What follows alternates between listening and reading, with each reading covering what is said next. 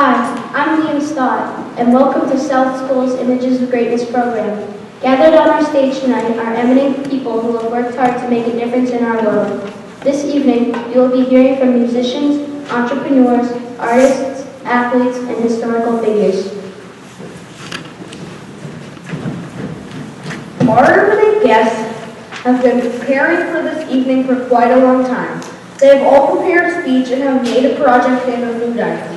You will get to play a guessing game. On your program, there are the names of the 4th grade students who participate in the KEY program. After each student reads their bio riddle, write the name of the eminent person you think they are pretending to be. We will give the answers later, so sit back, relax, and enjoy the show. Our first eminent guest tonight is Owen Barth. At 30, I almost went bankrupt, but I became one of the wealthiest Americans. I was born on September 13, 1857. I lived on a farm in Derry Church, Pennsylvania. I have a sister named Serena. She died when I was 9 years old. When I was 15 years old, I got my first job in an ice cream parlor in Lancaster, Pennsylvania. This is where I learned how to make candy. I asked my uncle Abraham Snavely for some money to make my own businesses at the age of 18. He granted my wish and I opened up a candy store. I love making candy. However, I did not do so well and had to close the business. 6 years later, I moved to Denver, Colorado and got a job making caramels. I tried opening up other candy stores, but they all backfired and did not do so well. Then I moved back to Lancaster, Pennsylvania. I asked my family for more money to start another business, but they did not give me any more money. However, my friend William helped me. One day, a man tasted my candy and liked it very much. I was so happy when I got paid. I ran to the bank with my apron on, showing everyone the money I had made. I started my famous company in 1894. I put milk in the chocolate and used machines to make my candy taste better. I decided to build my factory in the country so I could get fresh milk from my chocolate easier. My business got big very fast, so I built a town for the workers to live nearby the factory. My town had electric lights, schools, and a school for the children, a hospital and other things for the families. Although we did not have any children, I was lucky enough to meet my wife, Catherine Kitty Sweeney. Although we did not have any children, I loved her very much until she died in 1915, a short time after we got married. I wish I could have lived to 100 years old, but I had problems with my heart and died at 88 years old. Who am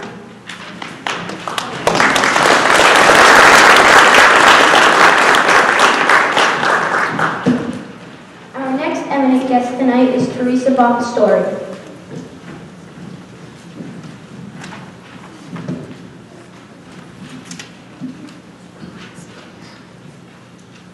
I was born July 24th, 1963 in Benton Harbor, Michigan.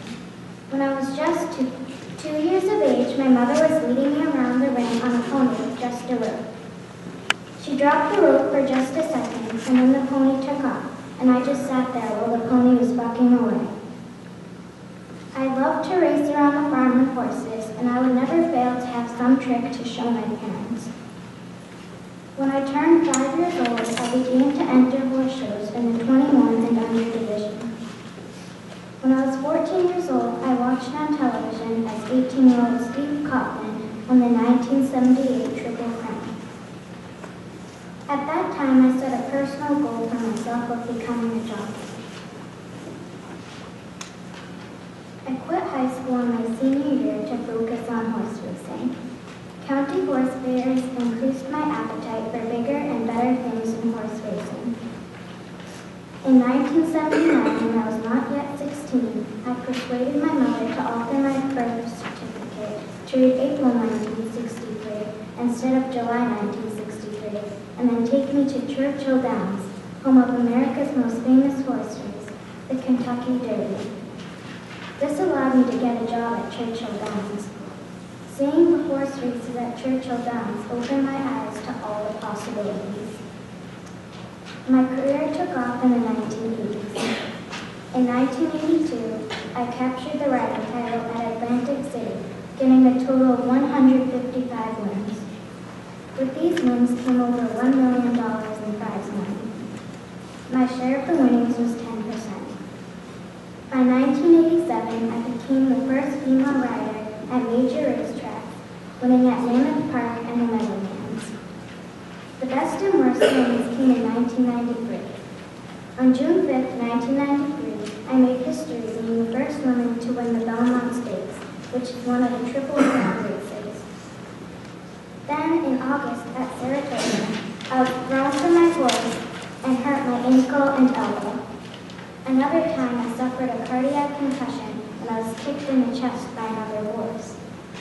I worked very hard for many years, convincing lots of men to give me a chance. I was able to prove myself and earn respect. I had 20,470 marks and won 3,545 races. Who am I?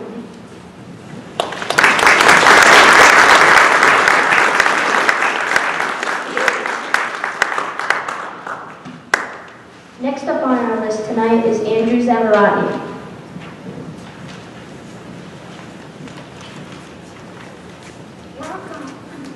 Rock on. I don't mind if your parents hated me, but let's not start there. Let us start at the beginning, the very beginning. It all started in the little city of Tupelo, Mississippi on January 8, 1935. My parents could not afford a hospital, so my mom gave birth at home. They thought they were to have only one child.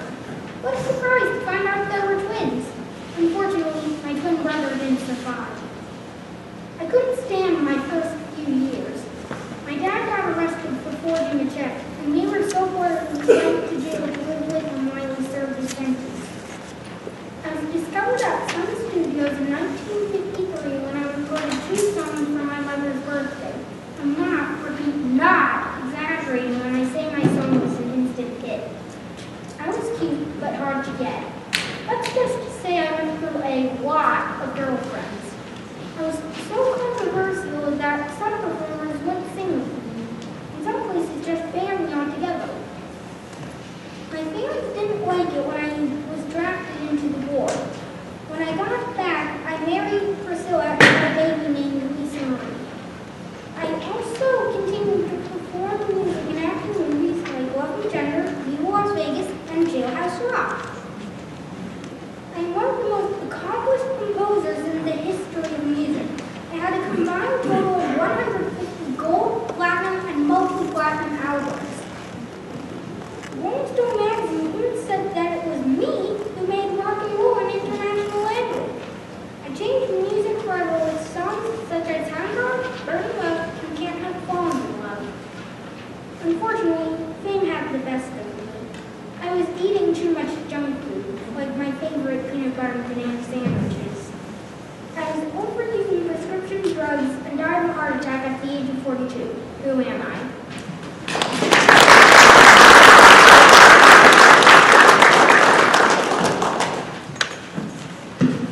Next up, we have Caden Peterson.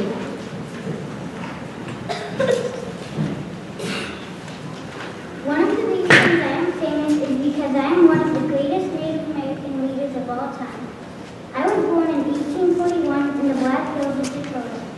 I was different from other Native Americans because I had light-colored skin and wavy, light brown hair. As I grew up, I became a skilled warrior.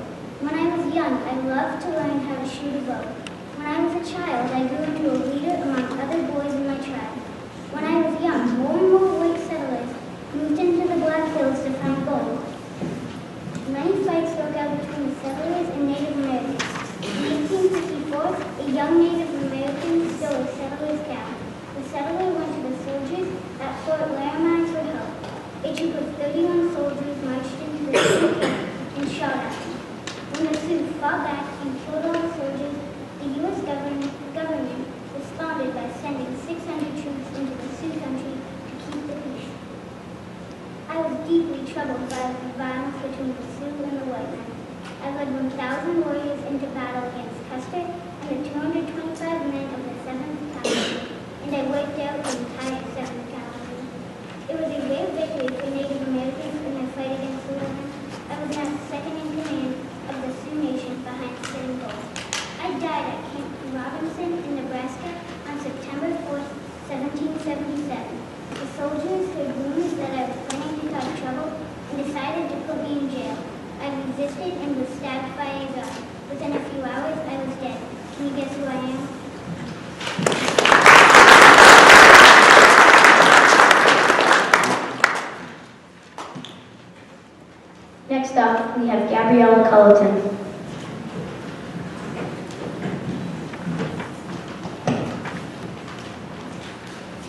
am only 5 feet 4 inches in height, but I have accomplished some great things. I began my career when a famous coach visited my kindergarten classroom. Wait a minute, let's start from the beginning. I was born November 12, 1961, and I am from Romania, a small country in Eastern Europe. After the coach saw me in my classroom, he spoke with my mom and I began classes. Everything my coach taught me, I practiced at home. I went to the Junior Olympic Championship of Romania at the age of 7. I came 13th place. 1 year later, I went back and won first place. At the age of 13, I had a surprise in the gymnastics world. At the European Gymnastics Tournament, I beat a Soviet gymnast who had won the individual championship at the 1972 Olympics. I started to prepare for my first Olympic Games. I scored my first perfect 10 in Olympic history. It was at the Olympics in Montreal, Canada, where I really shined. I received 7 perfect 10s and won 3 gold medals in the balance beam, uneven bars, and all-around competition. I also won a bronze medal in the floor exercise. I led the Romanians to a silver medal in the team competition. I could attack the uneven bars. I retired in 1981. I have a sister whose name is Adrian. I got married to Bart Connor in 1996 and had 1 child named Dylan Paul Connor in 2006. My husband and I co-own the Bart Connor Gymnastics Academy. Now I am 53 years old. This is about my life. I hope you enjoyed it. Who am I?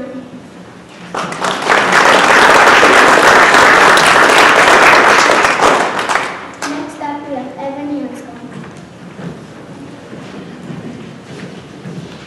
Before my death, I received over 300 meals a day. I was born on February 24th, 1955, and soon after, I was adopted by Paul and Clara. As I was in elementary school, I was a prankster and an average student, until I was in 4th grade with Mrs. Hill. She bribed me with candy and $5 bills. And then I became a better student. After school, my father bought me electronic gadgets and visuals to work on. I would take them apart and study them as I would put them back together. I only went to college for 1 semester, where I met Steve Wozniak. In 1974, I got a job at Atari. After a few months, I left Atari and went to India for a spiritual journey and guidance. After I left India, I went back to Atari and worked there for a few years. Meanwhile, I worked in the garage with Woz, starting to create the Apple I. On April 1st, 1976, the Apple computer was made. In the next year, Apple Inc. was finished. In 1997, we finished making Apple II. By 1980, Apple computer was worth $218,000. In 1985, I resigned from Apple and founded Next, a new computer company. In 1988, I announced the first Next computer. I went back to Apple in 1997. In 2003, I was diagnosed with pancreatic cancer.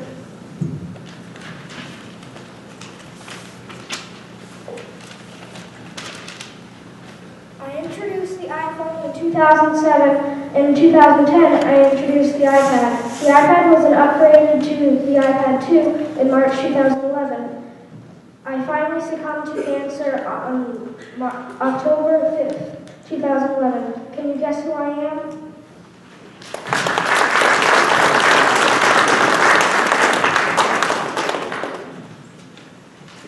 Next, we have Caitlin Dory.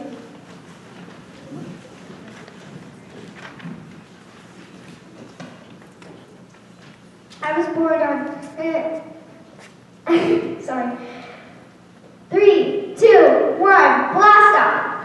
I was born on May 26, 1951, in Los Angeles.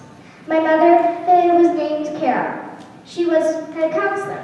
My dad was named Dale, and he was a political science professor. I liked sports and science. At one time in my childhood, I wanted to be a professional football player. I went to Stanford University of California. I got degrees in physics, astrophysics, and English.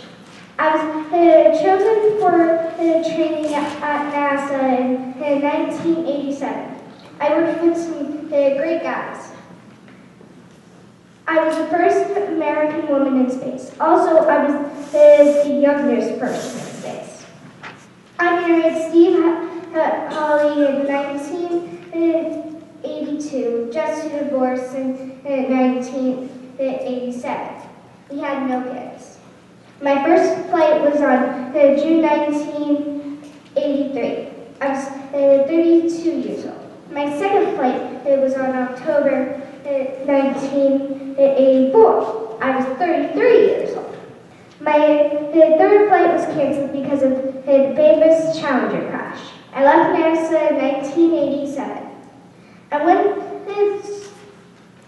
to teach at my old college and became a professor in 1989. I wrote 6 science books. I set up science festivals to inspire girls to be who they wanted to be. I was an astronaut, writer, teacher, and scientist.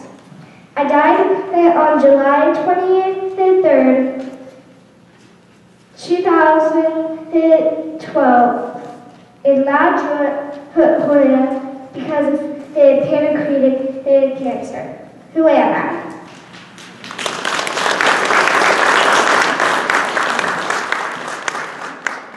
Next, we have Joshua Fitzpatrick.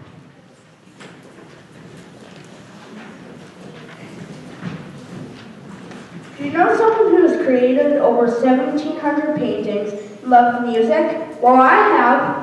I was born in Holland, Europe on March 30th, 1853. When I was young, my best friend was my brother Theo.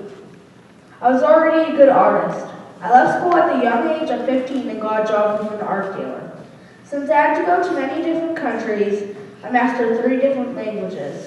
After working with the art dealer, I left home to study preaching and God. I soon left these studies to preach for a mining area in Belgium. I gave to the miners because they were very poor, and I was 27 years old when I gave up preaching and started studying art. I happily moved back with my family, but everything was not swell. I had many arguments with my father and others. I soon left home and started painting more. Things I liked to paint were people working in cypress trees. I liked to paint with swirling and dotted lines. The colors I used showed my feelings. My most famous is Starry Night. Starry Night is a showcase of my method of painting with swirling lines. In this painting, cypress trees, stars, the moon, and beautifully green hills are all standing guard over a village. This painting, like all my others, wasn't famous until after I died. Soon, I started getting sad. I had mental issues. I cut my ear off. I even checked myself into an asylum. Finally, knowing my condition would not improve, I committed suicide at age 39. Can you guess who I am?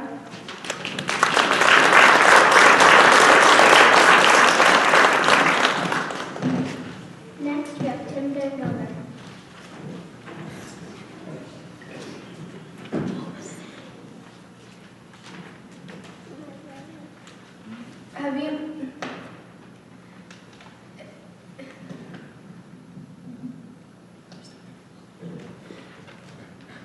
Have you met the first person to fly from New York City to Paris, France? Now you have. I was born on February 4th, 1902 in Detroit, Michigan. I worked on my family's farm in Minnesota, but when I turned 18, I went to college in Wisconsin. I left college after a few years because I was more interested in aviation.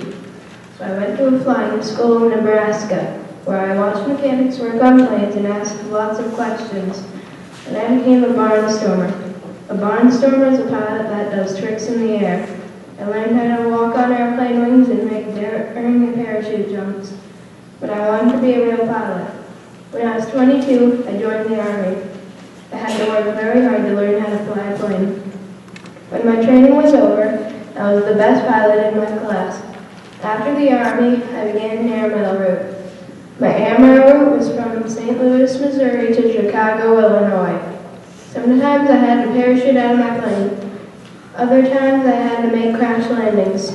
About this time, the Caterpillar Automotive and Raymond Ortiz offered a prize to the first pilot to fly across the Atlantic Ocean. $25,000 was the reward. A bunch of pilots tried, but no pilot succeeded. I felt that I could fly across if I had the right plane. A couple of businessmen in St. Louis gave me money for the plane. I designed it and had it built. I called it the Spirit of St. Louis. I I knew the plane needed to be really light because a lighter plane would use less fuel. So I had nothing heavy in the plane. I didn't have any radio, and instead of a leather pilot seat, I used a small wicker chair. And then it was time. I tested my plane and planned my route. I was ready. I took off from Roosevelt Field at 7:52 a.m. on May 20th, 1927. I flew through storms and I had to fight to stay awake. I used a small map to help me find my way, and my flight took 33 hours. But I made it, all the way to Paris. I arrived at the airport late at night, but you wouldn't believe how many people there were to greet me. I traveled all over Europe.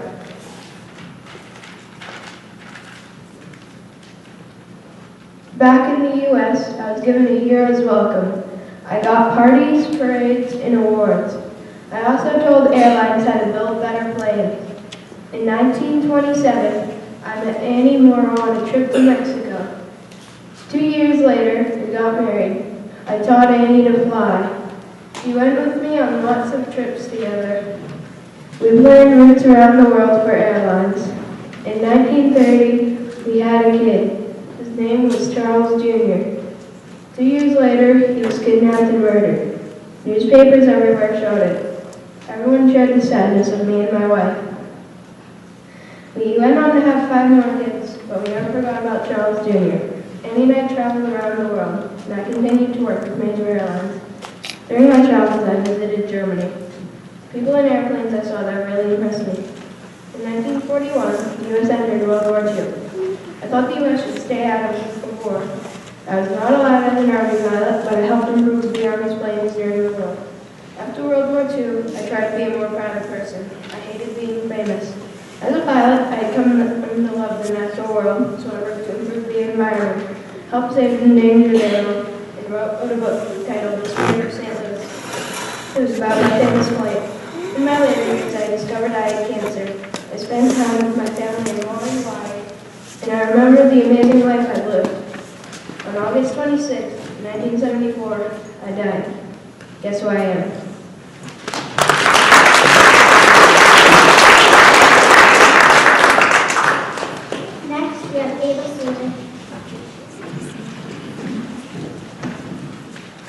I didn't go to school throughout my whole life, but I accomplished many great things in life.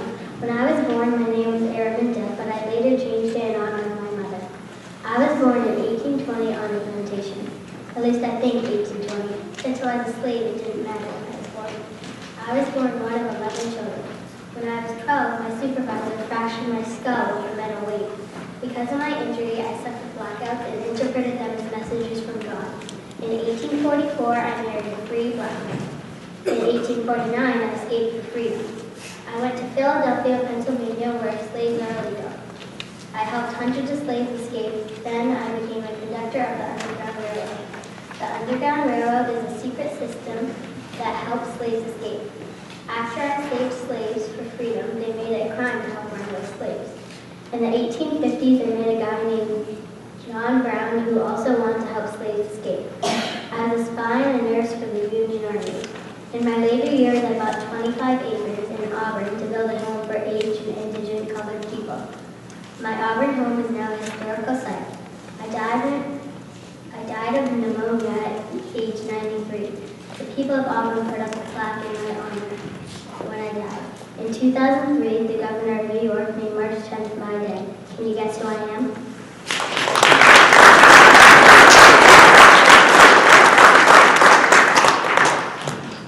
Next we have Calvin Riley.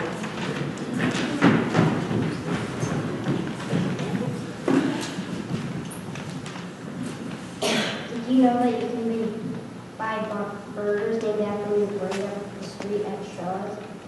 I was born August 24th, 1960, at Grace, Maryland. I have 2 brothers and 1 sister. Did you know my dad played in the major leagues? I like to ask my dad questions about baseball. My dad once said to my mom, I asked her questions from the reporters. Every year, my favorite part of the summer was to watch my dad play baseball. I also like hitting balls and taking round balls with my dad. I soon got good enough that I became the best player in Little League. During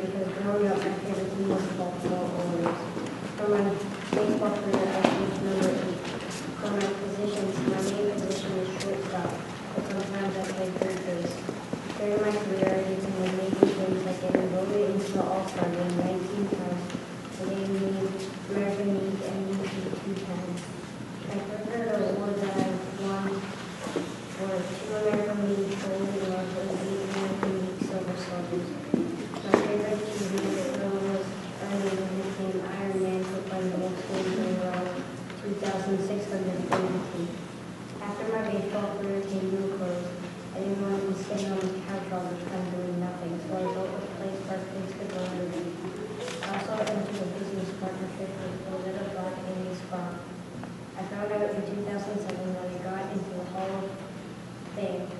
After these things, I still wanted to be involved with baseball, so I created a league that kids can play in to help develop their skills. Thanks to the sport of baseball, I've had an amazing life. And guess who I am?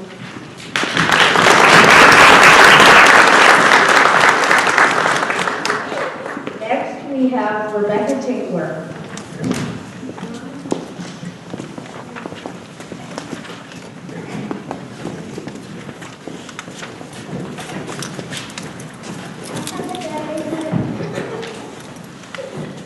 I have a diary that is published all around the world. Maybe you have read it or not, but I'm going to tell you how my life was because it was very different from yours. I was born in the German city of Frankfurt am Main on June 12, 1929. On my 13th birthday, I got my famous diary, but I had no idea that it was important. I named it Kitty. I have been writing in it almost all my life, and now all of you can see what it was like to be in the Holocaust. I was born at difficult times. Adolf Hitler was starting to take control. He was a bad man. He blamed almost everything on the Jews, but we did nothing. My first years in Frankfurt were peaceful. At my school, when we did plays, I always got the best parts because I had a very big personality. My friend Han and I loved to play pranks together, but sadly that had to change. I moved a lot to try to get away from Adolf Hitler, but I always loved to play with the children in my neighborhood. I was very much like my father, but didn't like coming out of it. When we had to go into hiding, we all had to wear tons of clothing, but I saved a bag just for bugs. When we hid, we were in the attic of where my father worked. At first, I was okay where we were, but since we were living with 4 other friends, I got tired of it. Writing in my diary helped pass the time. 2 years later, my friend's family and I were found. Then, my sister Margaret and I were sent to a concentration camp. The last entry I made was on Tuesday, August 1st, 1944. I did not survive the war. I died at the concentration camp. I was 15. My diary was published in 1947 by my dad, who was the only one in the attic that survived. Can you guess who I am?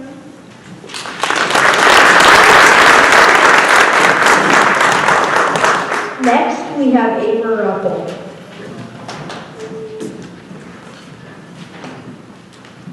I've had many adventures during my life. Once I went on a hunting trip with some Native Americans. One of them was jealous of me because I was a better hunter. As I woke up next to the campfire, he was raising his axe to kill me. I quickly took my rifle and shot him. The others saw what had happened and told the chief, so I wasn't punished. Anyway, I was born on December 17, 1760 in Clemson, Massachusetts. I had to leave my mother when I was only 5 years old because she was very ill and poor and couldn't support us. My father drowned at sea, so I had to live with my mother's relative, Mrs. Fuller. 3 years later, Mrs. Fuller died. I was devastated. I had to live with an older lady and do all the work for her. I basically took care of myself too. One day, a very generous man, Mr. Thomas, came to our door. I became his indentured servant and helped out Mrs. Thomas.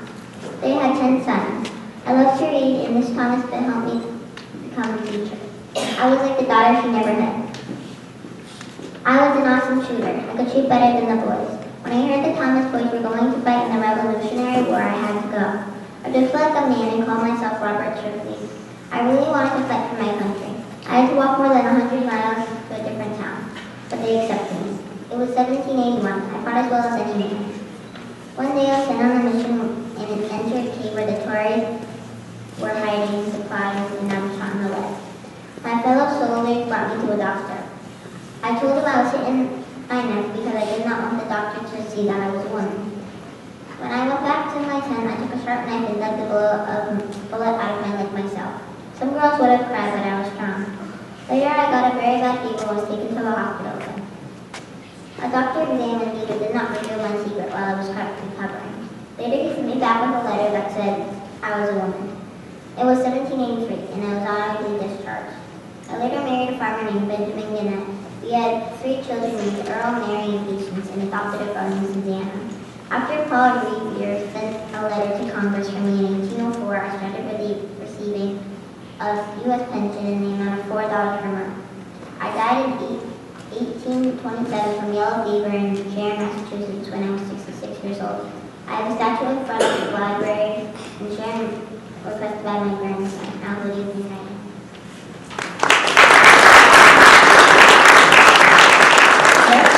Next, we have Nathan Pope.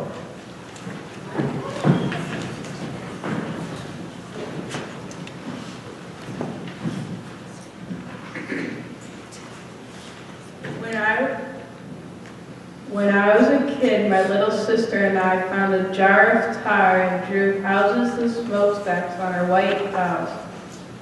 I was born on December 5th, 1901 in Chicago, Illinois. I had a sister named Ruth and a very angry father after our tar display. I like to draw, which is why I decided to do the drawings on my house.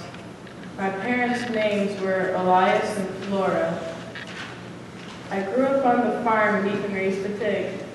I went to college at the Fine Arts Institute in Kansas City. My previous jobs were at a jelly factory, a newspaper delivery boy, an ad drawer for a newspaper, a post office. I bought a camera with that money, and finally worked for the Red Cross. I kept thinking, I want to be an artist. I hoped to work for the Kansas City Star, but they wouldn't hire me. I landed a job at a farm supplies catalog that needed help with their articles. The job was only 6 months long, but I met somebody that would change my life. His name was UV Iworks. We decided to start a project. We tried to do animations, but weren't successful at first. To make money, I made 1-minute films about news events. My dream was to make 7-minute films, especially fairy tales. I worked at night to make Little Red Riding Hood. I then started a company called Laughograms. The first movie is called The Skeleton Dance. UV and I quickly made 5 more films. A company in New York promised us $11,000. I got the first payment of $100. Unfortunately, the New York company ran out of money before they could finish paying me. Even though I could not afford a place to live, I refused to give up. I was able to earn money for my next film, Tommy Tucker's Tooth, that I was hired by a dentist to make. I headed to Hollywood in 1923 to start a new company with my brother Roy. We hired other artists to help out with the animation, including UV. I fell in love with one of my employees, Lillian Bounds. We married in 1925. I went on to make a cartoon that involved a mouse. The success of this character led to many more famous cartoons which were seen around the world. In 1965, my first amusement park opened. Millions of people came to visit it from around the world. Eventually, I decided to build another park in Florida where millions of people still come each year.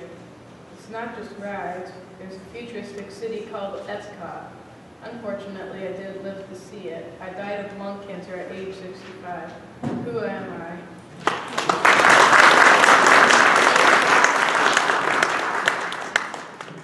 And last but not least, Liam Stott.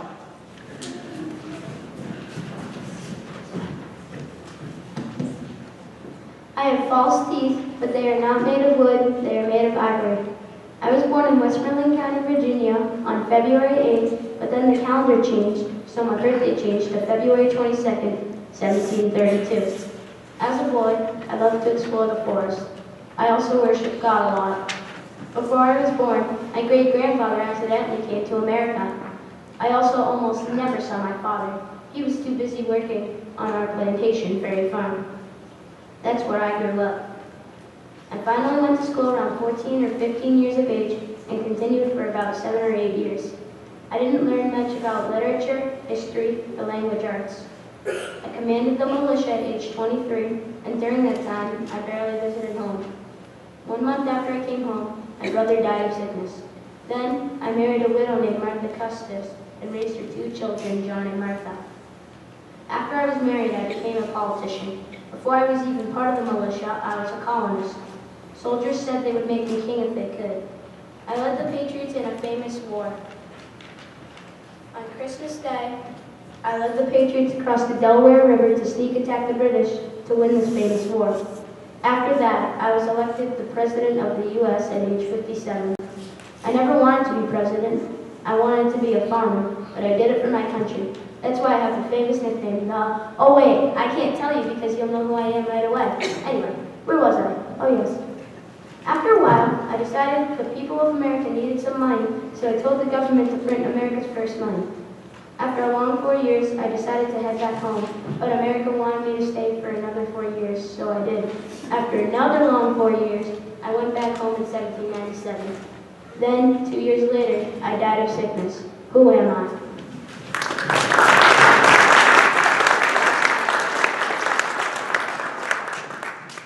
Now it's time to check your answers and see how many eminent people you guessed correctly. The host will introduce the students again as the eminent person. Owen Barth as Milton Hershey.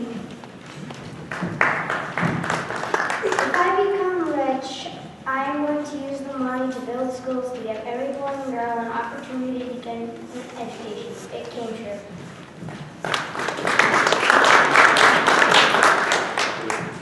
Teresa Bapastori as Julie Crone.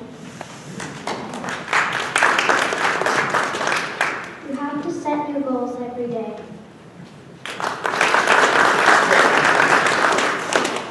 Andrew Zavarotny as Elvis Presley.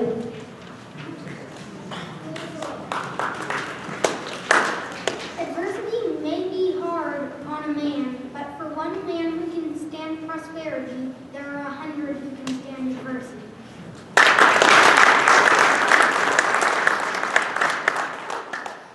Caden Peterson as Crazy Horse. I was asked down to the wedding. We preferred hunting to a life of idleness on a reservation. Gabriella Culleton as Nadia Comaneci.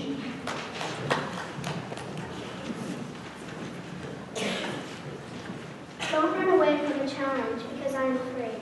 Instead, run toward it because the only way to escape fear is to trample it beneath your feet.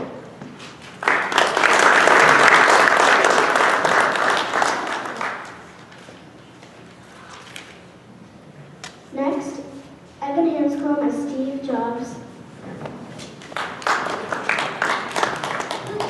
We started out to get in the hands of everyday people and we succeeded beyond our wildest dreams. Caitlin Doherty as Sally Ride. I went on the shuttle twice. It brought me home twice. I like the shuttle.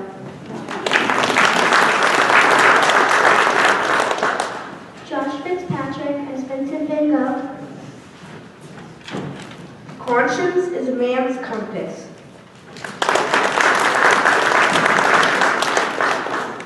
Tim Van Gelder as Charles Lindbergh.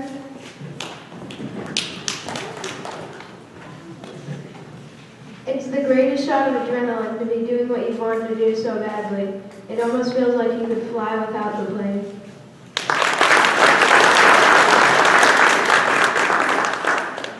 Ava Seaman as Harriet Tubman. As I approached freedom, I looked down at my hands to see if I was different now that I was free.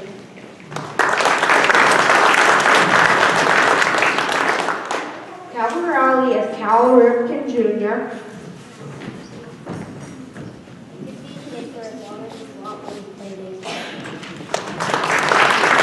Rebecca Fitzgerald as Anne Frank. Parents can only give good advice and put them on the right path, but the final forming of a person's character lies in their own hands. Ava Ruppel as Deborah Sampson. I swear from the acclimated flowery path of a female delicacy to walk upon the pillow. Nathan Pope as Walt Disney.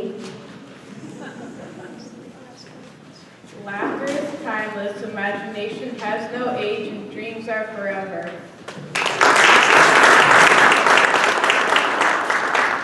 And last but not least, Liam Stott.